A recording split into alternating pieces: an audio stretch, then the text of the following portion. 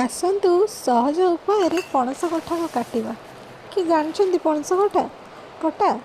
ମୋତେ ତ କାଟି ଆସେ, ଯେହେତୁ ଆମର ଗଛ ଅଛି ମୋତେ ପଣସ କଠା କାଟି ଆସେ। ପଣସ କଠାରେ ପ୍ରଥମେ ଦେଖନ୍ତୁ ଏ ଯେଉଁ ନାସିପଟଟା, ସେ ନାସିପଟଟାକୁ ଆଗ କାଟିଦେବା। କାଟିବା ପୂର୍ବରୁ ଆଗ ହାତରେ ଭଲସେ ସୋରିଷ ତେଲ ଲଗାଇଦେବା, କାରଣ ଅଠା ଲାଗିଯିବ। ଅଠା ଲାଗିଲେ ଆଉ ଛାଡ଼ିବନି। ପନିକିରେ ଟିକେ ଲଗାଇଦେବା।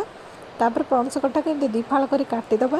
କାଟି ଗୋଟେ ଜାଗାରେ ପାଣି ଆଉ ଟିକେ ତେଲ ଟିକେ ହଳଦୀ ପକାଇକି ରଖିଦେବା। ସେ କଟା ଗୁଡ଼ିକୁ ତା ଦେହରେ ପକାଇଦେବା, ଯାହାଦ୍ୱାରା ଅଠା ଗୁଡ଼ା ଧୋଇଯିବ ଆଉ ଜମା ବି କୌଣସି ବାସନରେ କି ପନିକିରେ ଲାଗିବ ନାହିଁ, କି ଆପଣଙ୍କ ହାତରେ ବି ଆଉ ଲାଗିବନି। ତାପରେ ତାର ଚୋପାଟାକୁ ଏମିତି ଭଲ ଭାବରେ ଛଡ଼ାଇ ଦେବା।